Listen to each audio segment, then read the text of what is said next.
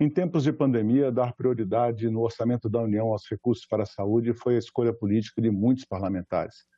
Não só para combater a Covid-19, mas também para ajudar na prevenção de várias outras doenças. Sobre este e outros temas, vamos conversar com o senador Jorge Cajuru, do Podemos. Porque a saúde pública de Goiás é assunto de Estado.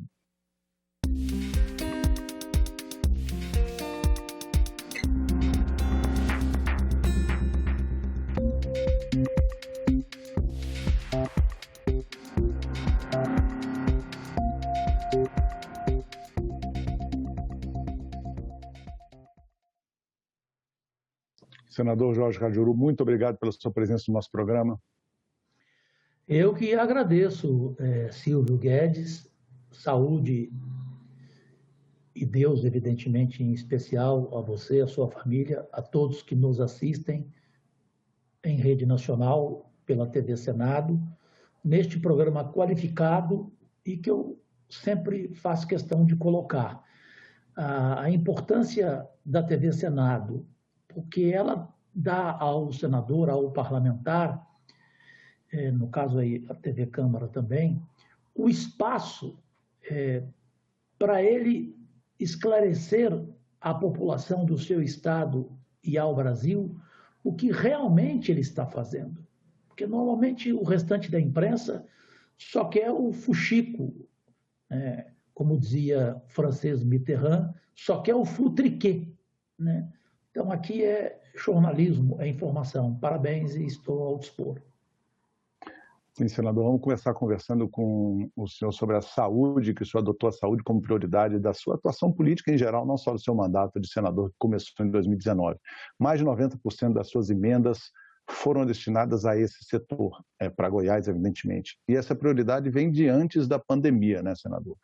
Quanto o senhor já destinou de recursos para a saúde pública de Goiás? E se o senhor quiser, pode fazer também mostrar um pouco o retrospecto desse seu compromisso com a saúde pública do Estado. Silvio, em 1 ano e meio de mandato, mais de 100 milhões, graças a Deus.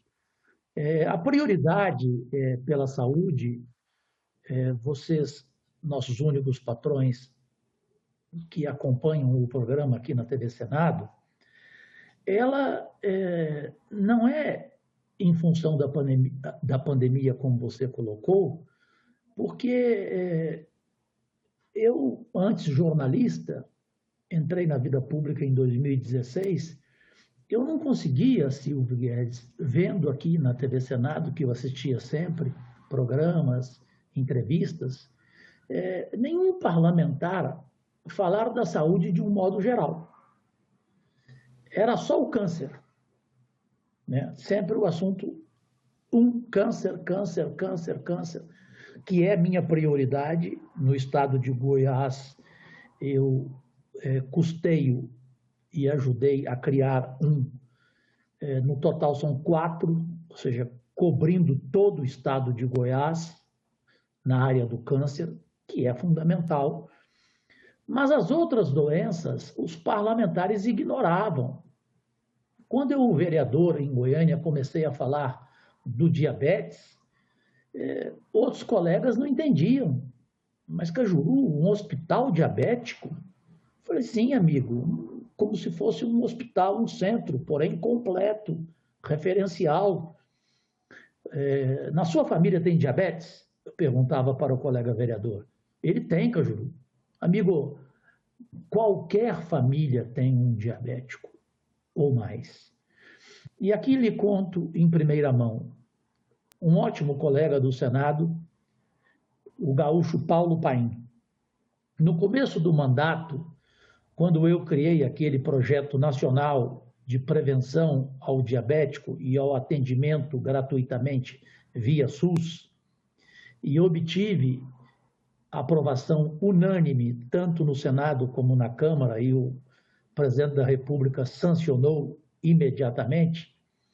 Na época, o senador Álvaro Dias, senadora Rose de Freitas, disseram que isso nunca aconteceu no Senado, em 4 meses, um mandato, já obter um projeto como esse, desse tamanho, dessa envergadura, dessa importância, ser sancionado.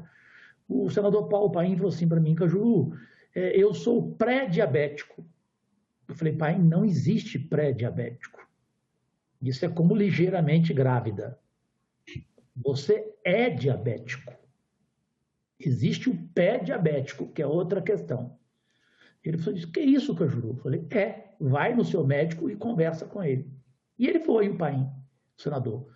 E o médico falou para ele, realmente, o teu colega Cajuru tem razão. O senhor já é diabético, então já tem que se cuidar, como o Tasso Gereissati como tantos outros colegas que eu prezo e respeito no Senado, sofrem do mesmo problema. E é a terceira doença que mais mata no mundo, porém as duas anteriores a ela são provocadas também pelo diabetes, o AVC e a hipertensão. Então, para mim, o Brasil deveria, né, na classe política, ter essa preocupação. É incrível, Silvio, São Paulo não tem um centro diabético, Rio de Janeiro não tem. Goiás já tem 2, esse ano terá mais 2, e nós, no ano que vem, cobriremos todo o estado, com todas as regiões, com um hospital diabético completo. Completo. O que é ser completo?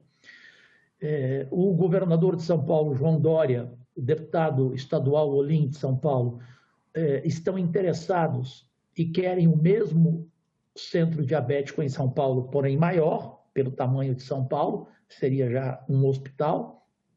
Ribeirão Preto, Campinas, Santos, Salvador, Recife e Belo Horizonte. Porque foram lá ver, mandaram secretários da saúde e viram em Goiânia e em Rio Verde a referência que é. É completo, Silvio. É desde quem tem a unha encravada e precisa de um podólogo. O Centro Diabético de Goiânia e de Rio Verde, em Goiás, cada um tem 4 podólogos. Tem 12 médicos, cada um na sua especialidade, à disposição. Eu te pergunto, no Brasil hoje, qual posto de saúde que tem 12 médicos? Tem posto de saúde que você chega, não tem nenhum médico. Tem só enfermeira.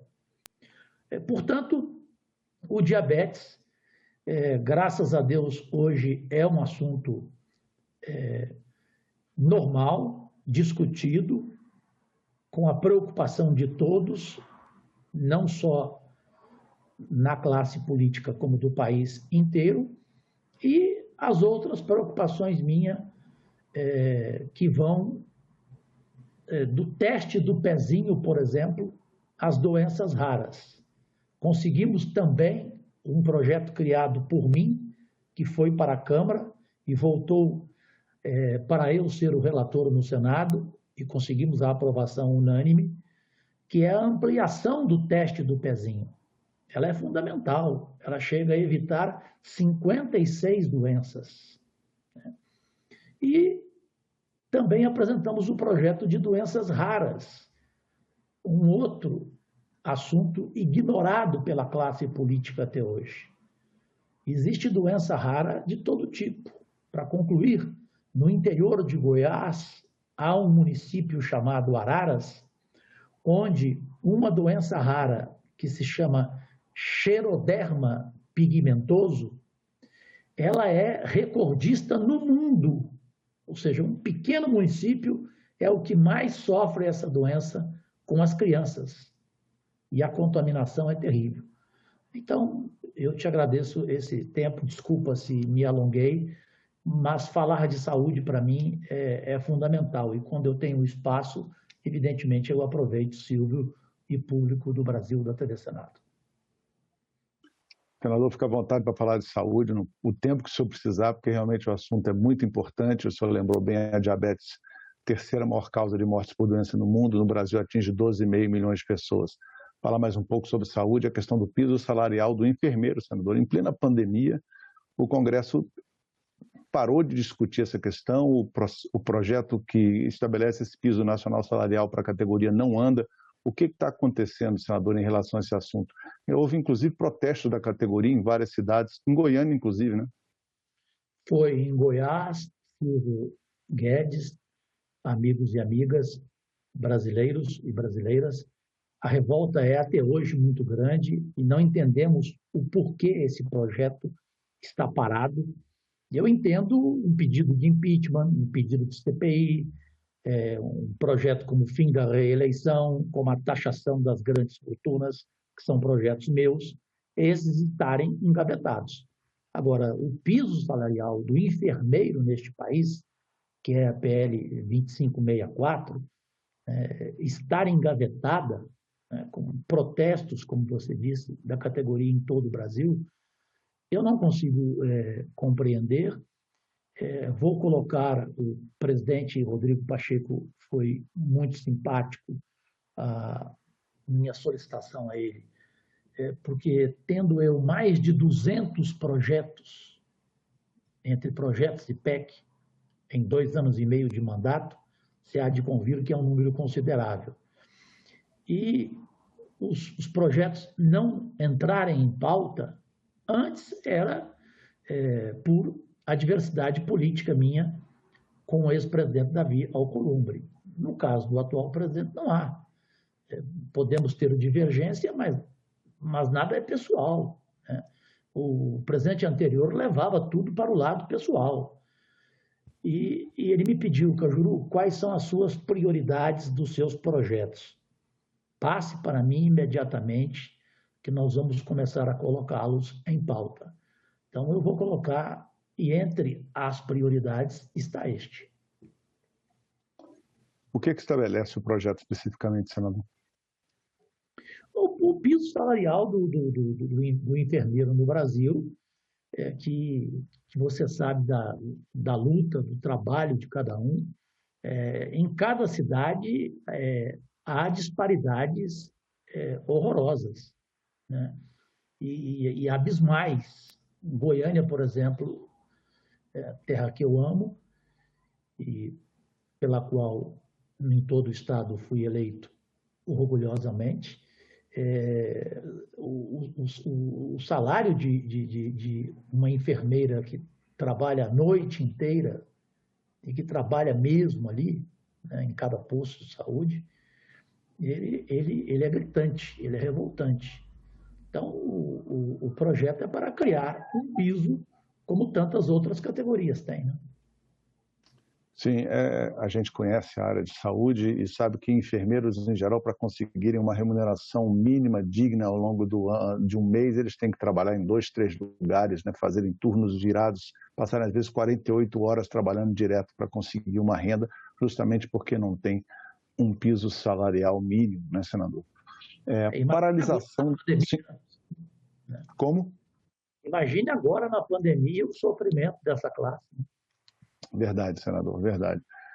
Vamos falar de um assunto também que é até bastante polêmico no seu mandato. Muitos colegas do Senado estranharam a sua posição. É a questão o portal de transparência mostra que o senhor não gastou R$1 das chamadas verbas indenizatórias que são concedidas a cada gabinete do Senado para o pagamento de várias despesas do mandato. Por que, senador? O senhor acha que um senador não deve ter direito a usar esse tipo de recurso público?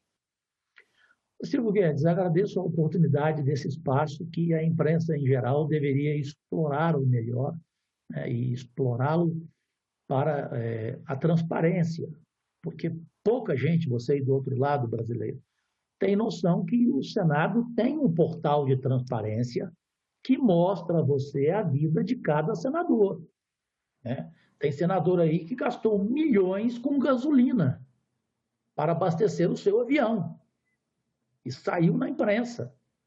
Só que é evidente, quando sai num veículo de comunicação, não é todo o país que toma conhecimento. O respeito ao dinheiro público, Silvio, vem de um outro projeto polêmico meu, que eu sei que não agradou a maioria dos colegas, mas eu o mantenho e vou até o fim com ele, que é o cortar na própria carne. O custo da classe política brasileira, desde a Câmara até a presidência da República, é algo inaceitável para um país como o nosso. Correto? Então, os direitos que existem, a gente bate muito no Supremo Tribunal Federal, que tem todos os auxílios, toda aquela mordomia, desde alimentação a vinhos, com a exigência de prêmio internacional, desde o auxílio funeral, essa é uma piada, né? Auxílio funeral é demais, né? Agora, esquecemos do legislativo e do executivo. São 513 parlamentares no Senado, com uma despesa abismal, né? e absolutamente injusta. Você ter a verba indenizatória para quê? Que uso que você faz dela? Vá lá no portal de transparência e veja. Tem senador que contrata empresas de consultoria fantasmas, que não existem, que são criadas apenas para atender aquele senador. Aí ele faz uma consultoria de marketing, uma consultoria jurídica e pega 20 mil reais. Aquilo é para o salário dele. Até porque o Senado tem consultoria que você quiser, de graça, da mais alta competência, ao seu dispor. Então, por que você precisa pagar com a verba indenizatória?